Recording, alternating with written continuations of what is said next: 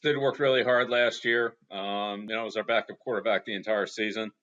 And I know he's working hard in the off season. He's, made a lot of progress in terms of understanding our offense and understanding opponent defenses, like all players do from year 1 to year 2. So I'm sure he'll get out there and be ready to go, be prepared, compete hard, and we'll see where it takes us. For more on the Patriots quarterback situation, let's go back to Louis Riddick and Adam Schefter. Adam, let's start with you. The biggest winner in the draft might have been Jarrett Stidham because the Patriots didn't draft a quarterback. Look, you have to believe this was their plan since they realized Tom Brady might be leaving. Trey, they did sign 2 undrafted free agent quarterbacks, but that doesn't change the fact that Jarrett Stidham goes into camp as the favorite to win that job. He spent last year in the system while Brian Hoyer was not, and Brian Hoyer does have experience, but Stidham's got that upside that the Patriots really liked when they took him in the draft 2 years ago. There were people who felt like he could have gone higher in the draft. He spent the year in New England. He impressed them during his time in practice. And now I think going into training camp, he's going to have a real chance to win that starting job and be the Patriots' opening day starting quarterback. Louis?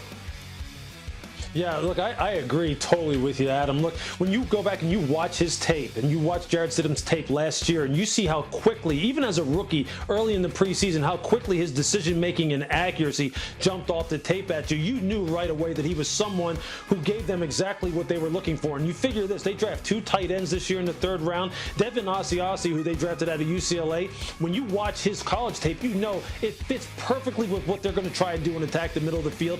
I think this was their plan all along. I think Josh McDaniels, the offensive coordinator, I think they have a tremendous plan for Jarrett, and I would not be surprised for him to go ahead and catch everyone off guard as far as his development is concerned. You were on Jarrett Stidham as soon as they took him in the 4th round last year, Louis Riddick, and I've been right there with you. So, taking a look at the Buffalo Bills, Louis, we talked about this with Baker Mayfield. They've given him every weapon, and it feels like they have given Josh Allen everything he needs now to take them to the next level, not just get into the playoffs, but maybe win the division.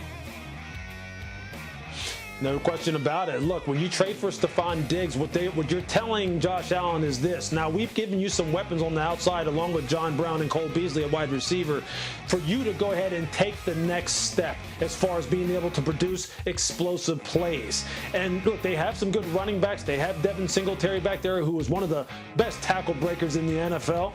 And then on the defensive side, you know Sean McDermott overall is going to have them ready to play. This is all about Josh taking the next step, and Stephon Diggs is supposed to be that guy to go ahead and help him do that.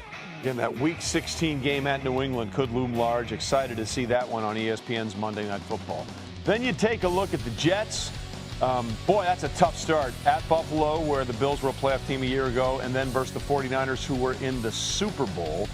We'll see them Week 9 against the Patriots on Monday Night Football, and that's just signed Frank Gore at the age of 37. The ageless wonder continues to churn out yards at an amazing rate.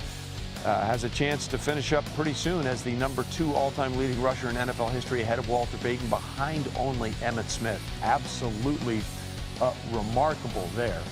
And then we take a look at Miami. Week 1 at New England. Too early for Tua? Boy, everyone's talking about the medical situation and how good it comes back. But just keep in mind about the Dolphins and the Jets. The last 5 games in the AFC East last year, the Dolphins and Jets were 3-2. The Bills and Patriots were both 2-3.